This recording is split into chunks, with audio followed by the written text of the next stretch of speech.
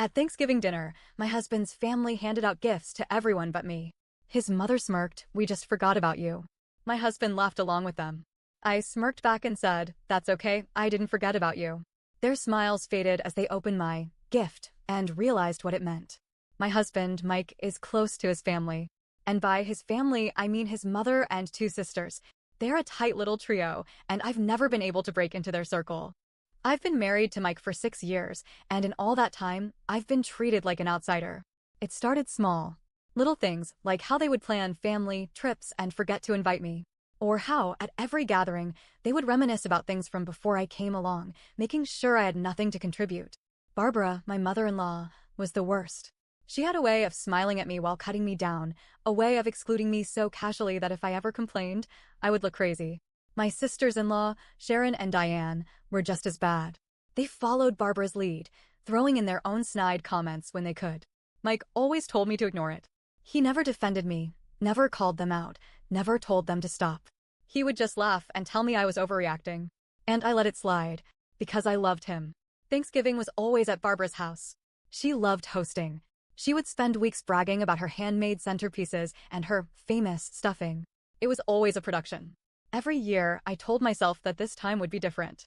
I told myself that they wouldn't make me feel invisible. I was wrong.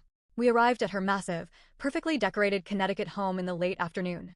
The house smelled like cinnamon and turkey, and everything looked like a Hallmark movie. Barbara had outdone herself. The moment we stepped in, I felt it. That familiar feeling. Like I didn't belong. Sharon and Diane greeted Mike with big hugs, then turned to me with polite little smiles that didn't reach their eyes. Barbara barely acknowledged me. Mike, of course, didn't notice. Dinner was fine. At least, as fine as it could be when I had to listen to Barbara talk about Sharon's promotion and Diane's new house, while ignoring me completely. I kept quiet. I smiled when appropriate. I didn't let them see how much it bothered me. But then, after dinner, Barbara clapped her hands together. Before dessert, we have a little surprise. Every year, Barbara did a Thanksgiving gift exchange. It wasn't really an exchange. It was more of a performance. She loved playing the role of the generous matriarch, handing out gifts to show how much she loved and appreciated her family. One by one, she handed out presents. A designer purse for Sharon. A spa gift certificate for Diane. A bottle of expensive whiskey for Mike. Even the grandkids got new toys. Everyone in the family received something. Everyone but me. Barbara turned to me with a smile. "Oh, we just forgot about you." And then she laughed. So did Sharon. So did Diane. And then, the worst part, Mike laughed too. It hit me like a slap. Years of biting my tongue. Years of being ignored. Years of being treated like I wasn't worth remembering. And Mike thought it was funny. I felt a wave of something cold and sharp settle inside me.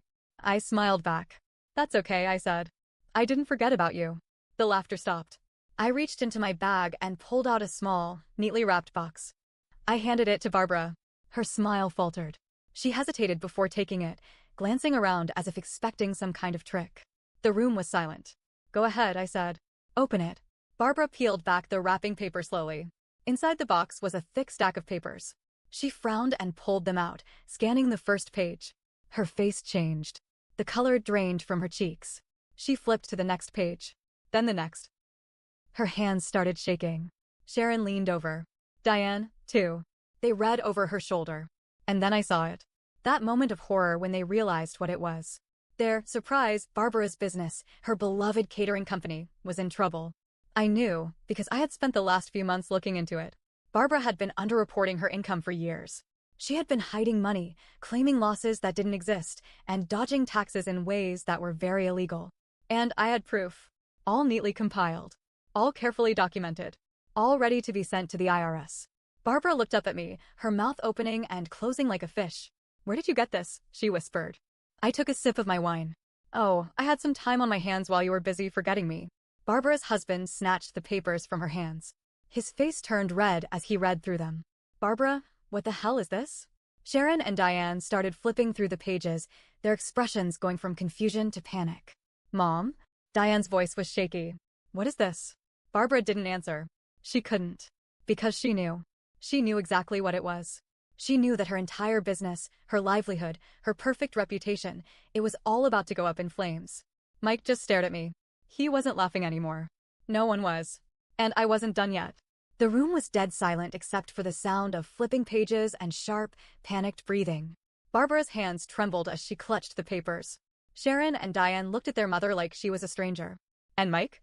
Mike just sat there, frozen, staring at me like he didn't recognize me.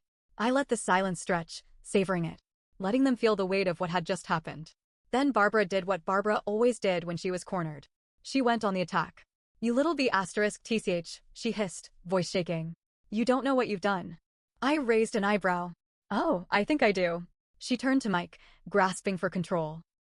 "Are you just going to sit there? Do something?" Mike blinked, like he was waking up from a dream. His mouth opened, then closed. His eyes darted from me to the documents. Then he said the worst possible thing. "Why would you do this?" Not to his mother. To me. Like I was the one who had just humiliated him. Like I was the one who had crossed a line. I felt something inside me snap. Barbara saw it. She must have, because her expression twisted into a triumphant smirk. She thought I would fold. She thought Mike taking her side would make me feel small. She thought wrong. Barbara slammed the papers down on the table. "This is fake. You made this up." Sharon, still staring at the numbers, looked up. "Mom, this looks real." Diane flipped through the last page, her voice hollow. "These are tax forms." "No," Barbara snapped. "This is a setup. You set me up." I smiled. "Oh, honey, you set yourself up." Her hands curled into fists. I leaned forward, lowering my voice. "Did you think I wasn't paying attention all these years?" Barbara gasped like I had hit her. "Did you think I wouldn't notice how you treat me? How you laugh at me? How you exclude me?" Mike shifted uncomfortably. His sisters wouldn't meet my eyes.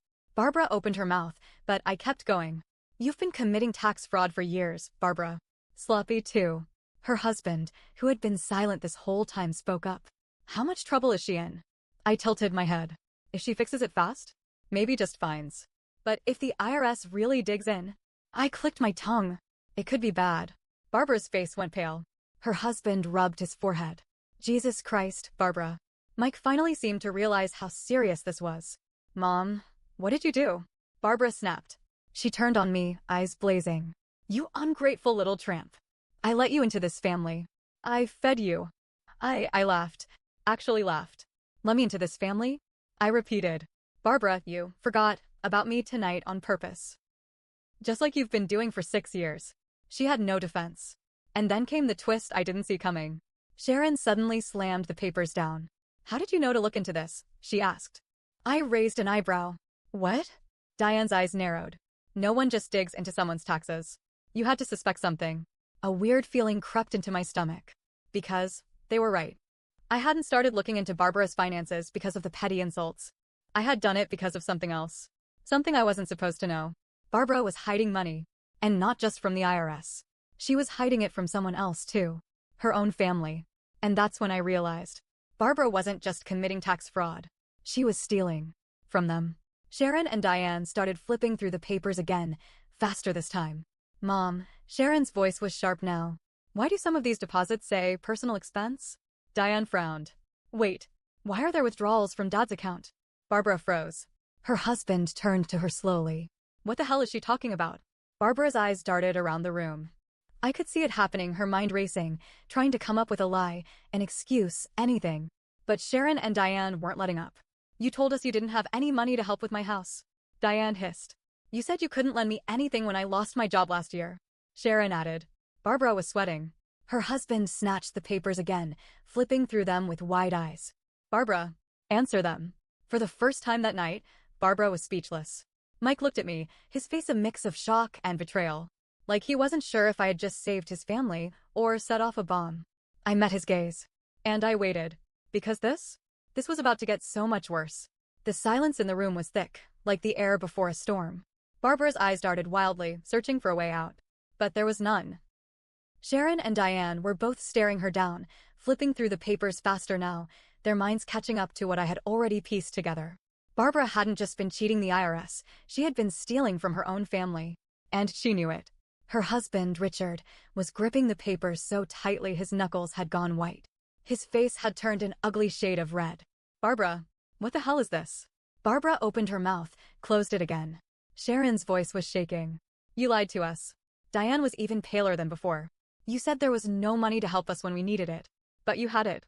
You were hoarding it." Mike still wasn't saying anything. He just kept looking between me and his mother, like he was trying to solve a puzzle that was right in front of his face. Barbara's hands twitched. I could see the gears in her head grinding, working, searching for a way to take control again. She took a breath and made a choice. Her voice dropped into that tone, the same sickly sweet, condescending tone she always used when she wanted to manipulate people. Girls. Sweethearts. You're misunderstanding. Sharon's head snapped up. Don't. Barbara blinked. Don't sweetheart me, Mom. We're not stupid. Diane nodded. You stole from us. Lied to us. For years. Barbara's lip curled. And where do you think you got your nice things from, huh? You think life is fair? You think you didn't benefit from what I've done? Oh. The temperature in the room dropped. That was the wrong thing to say. Because now her daughters weren't just angry. They were disgusted. Barbara realized it too. Her eyes widened, just for a second. And then she turned to the one person who had always defended her. Mike. She grabbed his hand. Michael, honey. You don't believe this, do you? Mike flinched. For the first time that night, he looked uncomfortable. I watched his face, saw the cracks forming in real time. His mother was lying. His sisters were furious. His wife had just exposed everything. And Mike had to choose. His voice, when he finally spoke, was unsteady. Mom? Barbara tightened her grip. They're trying to turn you against me. Mike turned to me. His face was strange. I could see the questions in his eyes, the battle in his head. I stared back. I didn't beg. I didn't argue. I just waited. And then, he made his choice. Did you steal from Dad? Barbara jerked back like she had been slapped. Michael, did you? His voice was louder this time, sharper. Barbara's mouth snapped shut. That was it. That was the moment. Because if there was one thing Mike had always believed in, it was his father. And now? His mother was looking at him with guilt on her face. Barbara's silence was her answer. And Mike knew it. Sharon stood up suddenly, shoving the papers into Richard's hands. Dad, look at the last page. Richard flipped to the back, scanning the document, and froze. His face went from red to gray. His hands shook. And then he looked up at Barbara like he had never seen her before. You, his voice cracked. You drained my retirement account? The room went silent. Diane gasped. Mike's eyes snapped to his mother. What? Barbara's entire face twisted. I did what I had to do. You stole from me. Richard's voice boomed through the room. Barbara flinched. I worked my whole life for that money, Barbara. We built a life with that money. And you. Richard staggered back, breathing hard. His hands were shaking so badly that the papers slipped from his grip, scattering across the floor. Nobody moved. Barbara's eyes darted around, desperate now. I was going to fix it, stop lying. For the first time ever, I saw real fear in Barbara's eyes. Sharon turned to Diane. We're done. We're cutting her off. Diane nodded immediately. Barbara's head snapped up. You can't do that. Watch US. And then, something crashed. We all turned just in time to see Richard gripping his chest. And collapsing. For a split second, nobody reacted. Then chaos. Mike lunged forward. Dad? Dad? Sharon and Diane screamed. Barbara's hands flew to her mouth, her face a mask of shock. Richard? Richard, I was already on my phone, calling 911. The operator picked up. 911? What's your emergency? I forced my voice to stay calm. We need an ambulance. Now. The next 10 minutes were a blur. Barbara was crying hysterically. Sharon was shaking her father. Diane was frozen. Mike was pale, shaking, mumbling, Dad, hold on, please, hold on. And I stood there, watching everything Barbara built fall apart. And knowing this wasn't even the worst part. Because Richard wasn't just a man who had been betrayed. He was a man who had lawyers. And if he survived this night, Barbara was about to lose everything. The paramedics arrived fast. The second they rushed through the door, Barbara collapsed into hysterics. Oh my God. My Richard. Please help him. She threw herself forward like a grieving widow in some dramatic movie. But I noticed something. She wasn't touching him. She wasn't holding his hand or brushing his hair back or whispering to him. She was just performing. Mike was the one gripping his father's hand, his whole body trembling. Sharon and Diane were standing back, their faces pale and unreadable. I just watched. Because I had seen this before. Barbara knew she was losing. And Barbara didn't lose. So she was trying to spin the story in real time, shaping herself into the poor, devoted wife instead of the woman who had just been caught stealing from the man she claimed to love. I almost felt sick. We followed the ambulance to the hospital. No one spoke. I rode with Mike, but he didn't look at me. Not once. Not when we parked. Not when we walked inside. Not when we sat in the waiting room. It was Sharon who finally broke the silence. Mom, what the hell were you thinking? Barbara didn't answer. She was sitting stiffly in a plastic chair, dabbing at dry eyes with a tissue, looking like she had been personally victimized. Sharon kept going. You stole from Dad. You stole from all of us. Diane shook her head, voice sharp. And you lied. For years. Barbara's mouth twitched. And then she turned to Mike. Because Mike was her last chance. Michael. Her voice was soft, full of fake sorrow. Sweetheart, you don't believe I meant to hurt anyone, do you? Mike flinched. His jaw clenched. And then he turned to me. Not his mother. Me. His voice was low. Was this your plan all along? I went completely still. What? His eyes burned into mine.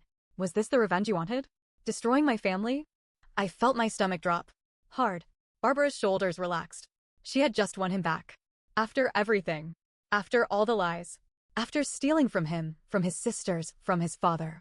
After letting her own husband collapse on the floor. She was still more important to him than me. I stared at him, my mouth dry. Are you serious? Sharon's head snapped up. Mike, don't do that. Diane looked disgusted. Mom did this to herself. But Barbara pounced. She leaned toward Mike, touching his arm, voice gentle. You've always been the only one who really understood me. And Mike, let her. That was it. That was the moment I felt nothing for him anymore. I stood up. Slowly. Barbara's gaze flicked to me, her smile small and satisfied. Because she thought she had won. I let out a small breath. And then I laughed. Barbara's smile faltered. What's so funny? I shook my head. You, Barbara. You're funny. She stiffened. Mike grabbed my wrist. Just stop, okay? I yanked free. And then I let it all out. No, Mike. You stop. Everyone froze. I turned to Barbara first. You treat me like garbage for 6 years. You exclude me, humiliate me, make me feel like I don't belong. And the second I fight back, I'm the villain. Barbara opened her mouth, but I wasn't done. I turned to Mike. You let them treat me like this. His face hardened. It's not that simple. Yes, it is. I let out a sharp breath. Your mother stole from your father, lied to your sisters, and you're still sitting here, defending her. His jaw locked. I shook my head. You were never on my side. Not once. And I was done waiting for that to change. I pulled my wedding ring off and dropped it into his hand. His eyes widened. What are you doing? Leaving. Barbara sucked in a breath. Oh, don't be dramatic. I laughed again. Dramatic? Barbara, I just burned your life to the ground in under an hour. Her face twisted. Sharon and Diane didn't stop me. Neither did Richard when he woke up and found out everything. He filed for divorce. Barbara lost everything. And Mike? Mike tried to reach out weeks later. Said he finally understood what I'd been trying to tell him for years. I blocked his number because I wasn't waiting for him to choose me anymore. I had already chosen myself.